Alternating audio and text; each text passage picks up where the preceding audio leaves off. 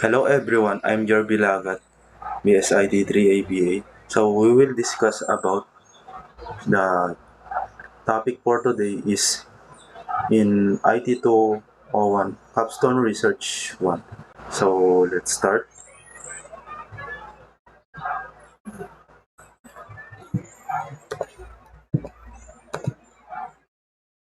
Hmm, when we say research is A. Etymology, research to go about seeking. Middle French, research G. Re plus cher E. Searcher, Old French. So, research. So, what is research? According to Martin Shuttleworth, gathering of data, information, and facts for the advancement of knowledge. When we say gathering of data, ito po yung mag-gather ka sa mga, gagawa ka muna ng survey mo, and then questionnaire, and then mag-gather ka. Kasi ang problema po sa amin is yung lack of, hindi po on point yung pagbigay ng tupad sa mga mahirap dito. And then, gagawin po namin siya ng survey question. And then, kukunin po namin yung information and facts for the advancement of knowledge po. And Creswell, collecting, ito na nga po yung step niya. Collecting and analyzing information to increase our understanding of a topic or issue. Understanding po muna namin yung topic or issue na gagawan po namin ng survey. And then, yun na po yung isang problem niya. Ay, yung issue niya po. And then, steps include, pose a question. When you say pose a question is gagawa ka po muna ng question and then collect data and then present answer. When we say present answer is yun na po yung na-gather mo through data na survey mo po dun sa mga respondent mo na sa purpose po na kumukuha po sila ng sa tupad po. Next. Webster defined the term research as a careful and systematic study and investigation in some field of knowledge. Nagke-careful po sila sa systematic study and then nag-investigate po sila sa mga iba't ibang field and then of knowledge.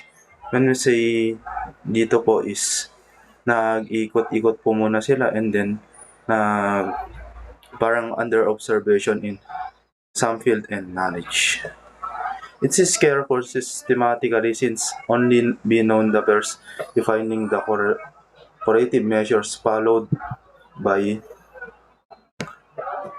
an analysis of its background and effects. Say, next na po natin.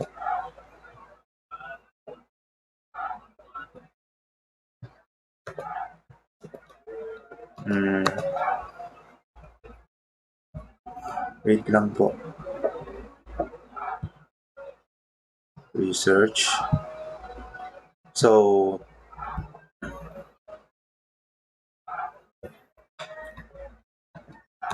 important of research. When we say important research is a quest for knowledge and understanding. And then, an interesting and perhaps useful experience, a way to broaden the frontiers of knowledge, a way to improve quality of human in life, a course for qualification, a career, an essential process for commercial success and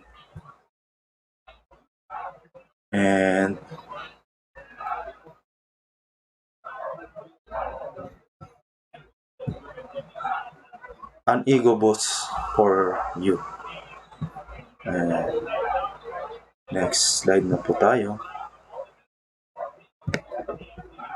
Characteristic of researcher: intellectual curiosity, prudence, healthy criticism, and intellectual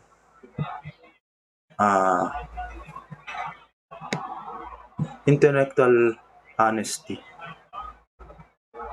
So, intellectual curiosity. When we say intellectual curiosity is first step is reflective thinking. When we say reflective thinking is sumasailalim sa mga pag-iisip o inquiry. And then the second one is getting information as to novelty or unusualness. When you say getting information is mag-get ka muna ng information as to novelty and then unusualness. When you say unusualness is unusual. Lesson na unusual siya. And then seeking questions, constant reading, using experience, creativeness, inventiveness, and then testing hypothesis. Produence.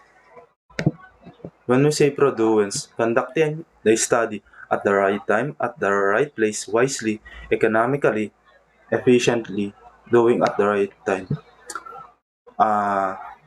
The first step at the right time is yung tamang oras, the right place, is tamang place kung saan mo i-conduct yung study mo, saang lugar, ganun, wisely. When you say wisely is choose your research to become the na gusto mong wisely, ganito. Economically is yun, economic.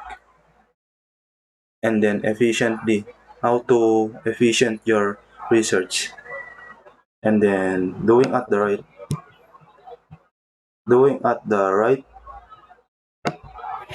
thing at the right time. When you say doing at the right thing is papaano mo siya gagawin na tama sa yung gagawin and then at a right time. When you say right time is ito na yung tamang panahon para masimulan mo yung research at matapos mo sa lalong madaling panahon na mag-research. Healthy criticism, doubtful as to veracity of the result. Ito na yung veracity. When we say veracity is the result when we gathered data as nagawa natin na survey sa mga tupad na nade-delay yung pagkakuha nila ng kanilang pera. And then truthfulness of the findings. When we say truthfulness, ito yung makatotohanan talaga na sa findings mo dapat is mahanap mo siya ng mabuti. Intellectual honesty. When we say honesty is honest ka sa iyong research and collecting or gathering data. Huwag ka munang mag-research kung hindi honest yung sa sarili mo na gagawin mo to. And then arriving at an honest result. Walang bias na dapat yung na-collect mo or na-gathered mo na data, walang bias na result at honest result. Yan po yan. Characteristic of research: empirical, logical, psychological, replicability, critical. Empirical, based on direct experience of observation. Ito yung based na direct experience sa research or observation niya through nagre-research siya. Collecting of data relies on practical experience without benefit of the scientific knowledge or theory. Ito yung nagko-collect ng data, nagre-rely siya sa practical experience na walang benepisyo sa scientifically knowledge at theory. Logical, based on valid procedure. When we say logical, based on valid procedures or principles, nagbabase siya sa valid procedures at principles done in orderly manner, drawing valid conclusion. And then, cyclical, start and end with the problem. So, mag-i-start ka muna ng problem and mag-e-end ka din ng problem. From conclusion and recommendation, many researchable problems pop up. Nag-problem kasi sila sa researchable problems kasi hindi pa nila talagang totally na naayos yung research nila po. And then, cycle is repeated but must follow defined format and style. Analytical. Applying analytical procedure, historical research, past. When you say historical research is yung historic na research mo sa research na nakandak mo. And then descriptive research, ito yung present. Ito yung magsisimula ka pa lang ng research mo, ano ba yung problem mo, ano yung solution mo. And then the experiment research, future. And then mag-experiment ka sa research mo. Kung sa future mo, kung mag-overthink ka, kung ano yung mga dapat na possible na mangyayari.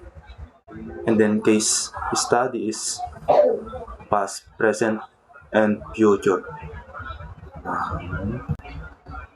Replicability. Research design procedure are replicated. Comparison of similarities and difference. The more replications, the more valid, conclusive results to arrive at. When you say replication is, yung research mo na isa is mag-replicate din sa isa. The more valid na conclusive results to arrive at. So, critical, careful and precise judgment, establishing high level of confidence, 1 level of confidence, 5 level of confidence. Pure and type of research. Number 1, pure research. Number 2, applied research. Number 3, action research. Pure research, basic research or fundamental research. When we say basic research, is ano ba yun mas madali sa'yo na ikakandak mo na research at fundamental research. Aim to discovering the basic truths or principles. Parang magdi-discover kami muna ng basic truths sa iyong principles. And then, to add to a body of scientific knowledge. Ito yung mag-a-add ka sa scientific knowledge mo, yung mga possible outcome. Applied research, application of scientific knowledge to the solution of problem. So, ito na. I-apply mo yung scientific knowledge mo sa solution of problem. Gagawa ka muna ng solution mo and then i-analyze mo yung problem. Develop a new system, procedures, device, or method. So, ito na. Magde-develop ka na ng system, procedure, mag-proceed ka na. Yung device na kakailanganin mo, yung method na kailangan dapat mong sundin. And then, problem is identified. A new system is applied. So, ito, problem is identified. Identify mo na yung problem mo. And then, yung new system is i-apply mo na dun sa problem na na-identified mo. Action research, decision-oriented research. Ito na yung decision mo na na-oriented mo sa research mo. Application of step of scientific method. So, classification of research, library research, field research, laboratory research. Number 1, library research. Conducted in the library such that answers are available in the library. For example, magkakandak ka sa ISU library ng answers na pwede mong i-apply sa research mo na available doon sa library. Historical research, past, primary, secondary source are available in the library. Yung mga historical research, yung past, primary, secondary source na available sa library. Field research conducted in a natural settings, no change in environmental, applicable to descriptive surveys and experimental methods. Magkakandak ka muna sa field. For example, kung saan mo ide-deploy yung research mo. And walang magbabago muna sa environment mo kasi hindi mo pa nakandak ng research mo. Hindi mo pa alam kung ano talaga yung problem nila. Applicable to descriptive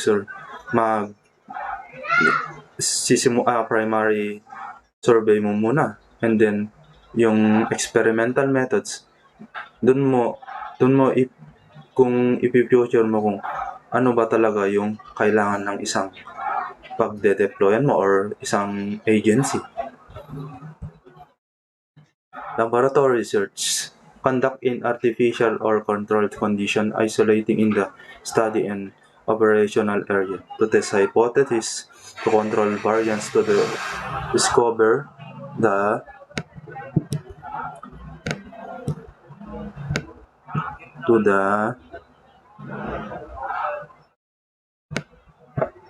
relations between the DB and IB.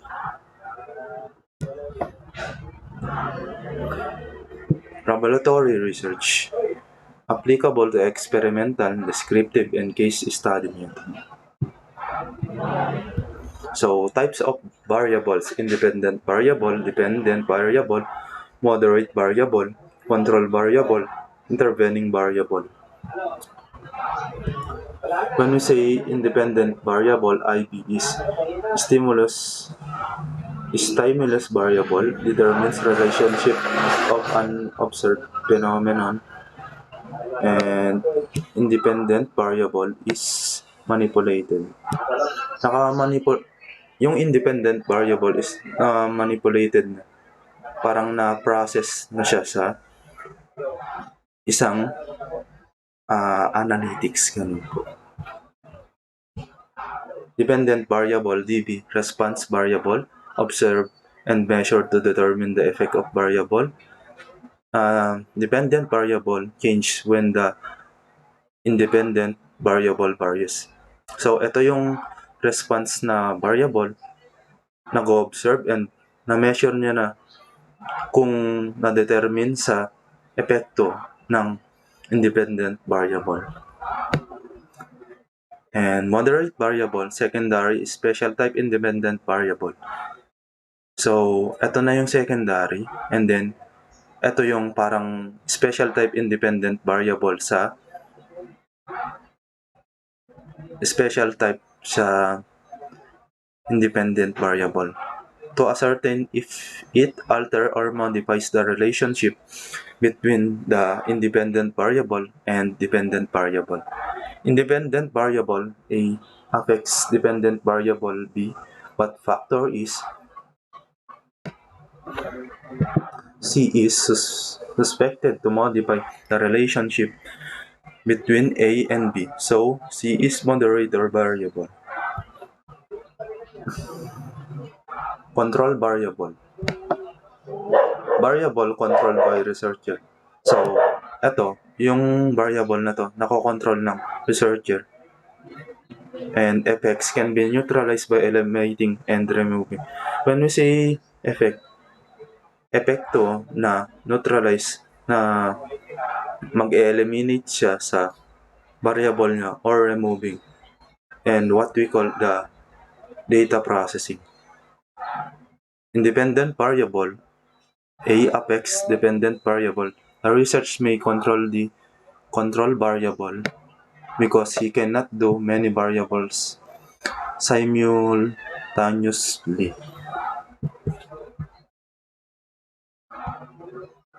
Intervening variable that interferes the independent variable and dependent variable. So, Intervening variable, variable that interferes the independent variable and dependent variable. Effects can either strengthen or weaken the independent variable and dependent variable.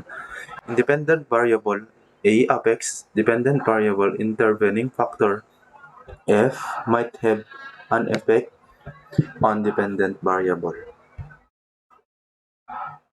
Step to scientific research. Observation and formation of the topic. Hypothesis, conceptual definition, operational definition, gathering of data, analysis of data, data interpretation, test, revising of hypothesis, and then the conclusion. Research under the research design is number 1, historical method, number 2, descriptive method, number 3, experimental method, number 4 is case study method. So, what is historical method? Historical method is history deals with past events. History na nagdi-deals sa mga past event like the events in Kawayan, ganun, and the program in Ideatech. Systematically, critical inquiry of the whole truth of past event using critical method in the understanding and interpretation of facts, current issues, problem. Use of historical method. Number 1. Search the past for solution to contemporary problems and needs. Throws light on the present. Give people a sense of continuity of the past to the present. Enables communities to grasp their relationship with the past to the current issues. Chronicles event of enduring worth uh,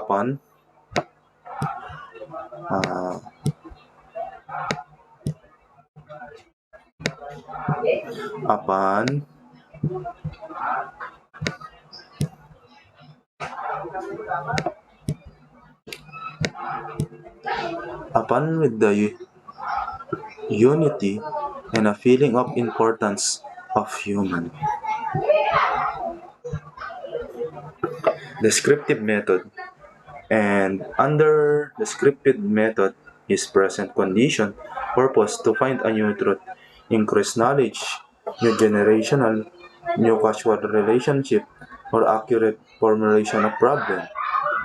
When we say development of new instrument, tests, questionnaires, interviews, observation schedules, checklist scores, rating scale.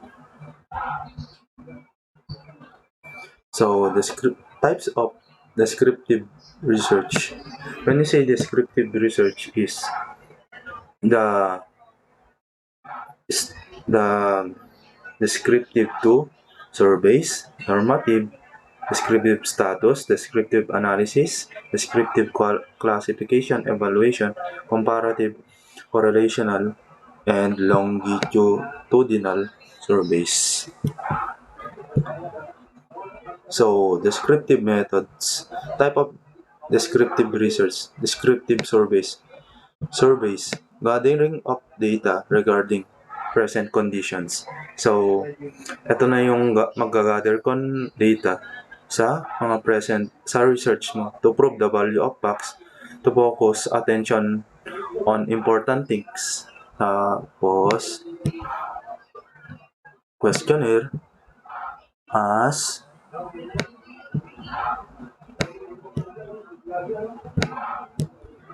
good things, and then as gathering instrument and psychological and social aspect of research, facts, and influence. So, thank you for listening. Have a nice day.